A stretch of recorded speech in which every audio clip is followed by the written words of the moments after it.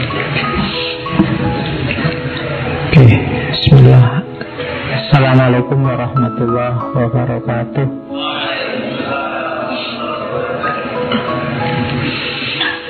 Bismillahirrahmanirrahim. Alhamdulillahirabbil alamin. Wa bihi nasta'inu ala umurid dunya waddin. Allahumma sholli wa sallim wa barik ala habibina wa syafi'ina Sayyidina wa maulana Muhammadin wa ala alihi wa ashabihi wa man tabi'ahum bi ihsanin ila yaumiddin. Bismillah. Mari kita lanjutkan ngaji kita. Masih tetap ngaji ya, meskipun temanya pernikahan. Jadi niatnya tetap sama, golek ilmu, bukan cari pasangan.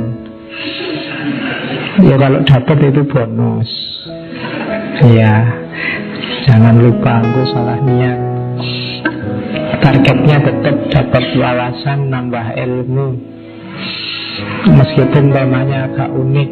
Jarang-jarang kajian filsafat temanya tentang pernikahan.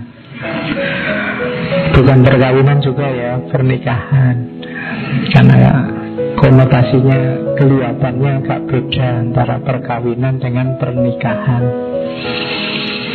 Kita bahas tema ini sebagai rangkaian bulan ini kita membahas tentang fitrahnya manusia. Kemarin sudah diawali dari fitrah, kemudian kebutuhan kepada yang spiritual, yang ilahi dengan doa itu juga fitrah. Kemudian fitrah manusia untuk berhumor, kebutuhan manusia untuk tertawa. Kemarin yang terakhir kebutuhan manusia untuk bermain. Kalau ini saya tidak perlu menegaskan bahwa kamu butuh ini. Kamu sudah merasakan sendiri, apalagi seumuran-umuran teman-teman ini panas-panas sih tetap. Jadi masih nguntuk-nguntuk.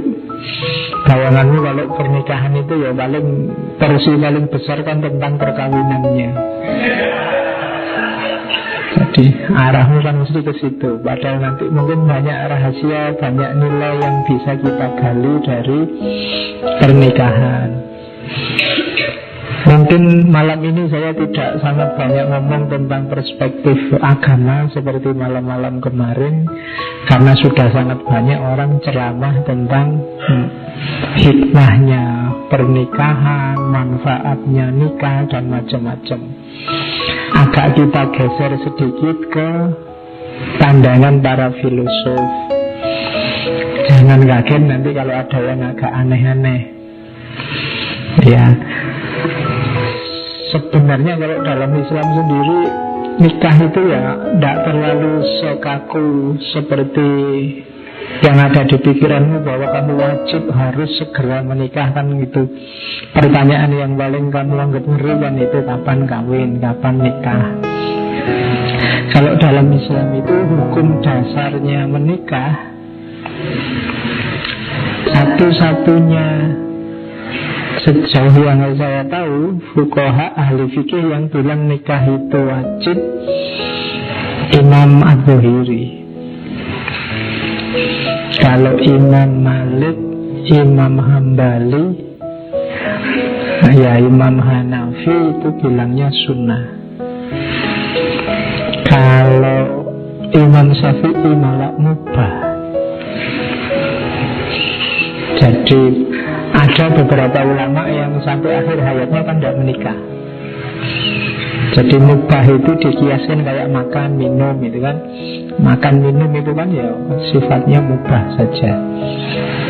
Ada yang kemudian ini hukum dasarnya, tapi kemudian ada yang dikembangkan kayak di fikih sunnah itu ya nikah itu bisa wajib, bisa sunnah, bisa makruh, bisa haram.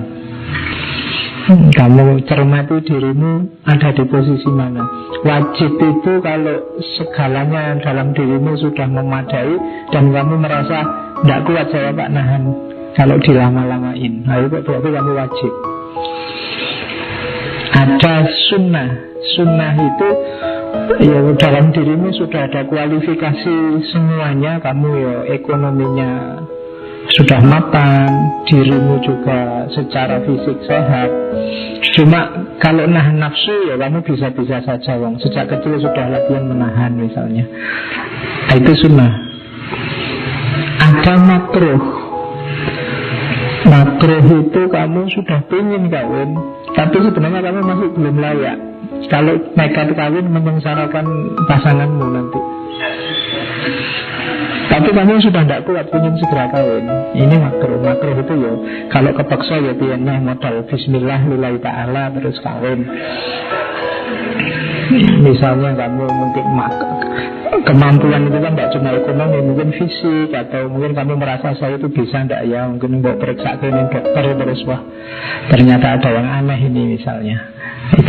Itu bisa makruh. Ada malah haram. Haram itu kamu tidak mampu dan dengan kawin kamu akan merusak. Mungkin merusak pasanganmu atau merusak dirimu sendiri. Mungkin kamu jenisnya psikopat misalnya. Kalau kawin sengsara pasanganmu, nanti mau ajar terus.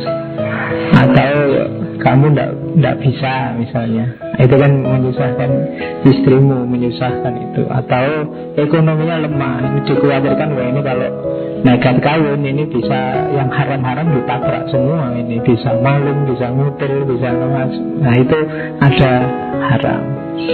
Jadi itu level-level. Jadi kalau ditanya hukumnya nikah ya bisa lihat situasinya. Makanya kalau ada yang tanya kapan kamu nikah, ya jawab saja saya levelnya masih makruh misalnya. Jadi masih ada yang belum siap meskipun ya punya misalnya. Oke. Doa kita mulai ke institusi yang namanya pernikahan. Ada banyak definisi, cuma itu saya ambil yang terkenal saja. Cirinya pernikahan itu biasanya yang pertama ikatan laki-laki dan perempuan yang sifatnya permanen. Permanen di situ saya kasih tanda petik ya. Permanen dalam keinginannya, yang dimaksudkan untuk memenuhi tujuan biologis, psikologis, sosial, dan religius. Jadi jangan salah, ini ada 4 tujuan. Biologis, ini urusan fisik. Fisikmu butuh kamu menikah. Psikologimu, mentalmu butuh kamu punya pasangan menikah. Sosial, untuk hidup bermasyarakat bisa langgeng lestari, kamu butuh nikah. Kalau enggak, masyarakat macet, enggak ada generasi. Dan religius, kalau religius pasti tuntutan agama. Makanya nikah itu sangat utama. Enggak boleh orang bercita-cita enggak menikah. Kalau dalam Islam kan ada istilah la rohbaniyata, tidak ada kerahiban, kependetaan dalam Islam. Karena nikah punya banyak keutamaan. Biologis, psikologis, sosial, dan religius. Terdapat di hampir semua masyarakat sepanjang zaman. Jadi silahkan dibaca, mungkin ada yang mau penelitian model menikah masyarakat peradaban mana, daerah mana, itu kan macam-macam. Zaman dulu sama zaman sekarang beda. Dulu saya pernah baca manusia primitif itu kalau mau menikah menyatakan jatuh cinta, perempuannya dibanting, rambutnya diseret gitu, berarti dia sedang jatuh cinta mau menikah. Ya. Jadi, dan yang diseret mau berarti itu mau menikah. Macam-macam simbol-simbol jatuh cintanya. Ada masyarakat itu yang sangat sopan peradabannya, sehingga untuk menyatakan jatuh cinta itu dia tidak mengungkapkan langsung, tapi pakai kode-kode, simbol-simbol. Saya baca ada yang bajunya dibalik. Kalau bajunya dibalik itu menunjukkan bahwa ini sedang nyari pasangan. Nah, kalau pasangannya suka tinggal datang terus, oke, aku siap mau jalan. Kamu boleh pakai strategi itu. Nanti pulang dari sini waliin bajunya, berarti sedang nyari ini. Nah, nanti yang suka tinggal menemui, datang. Nah, itu ada di semua masyarakat, ada kode-kode pernikahan. Kemudian biasanya alasan paling dasar adalah penataan hubungan seksual. Itu motif utamanya biasanya itu. Karena kalau dibiarkan ini tidak karu-karuan. Orang sering menganalogikannya jangan kayak binatang lah. Binatang itu ketemu dilirik sebentar, mojok terus selesai.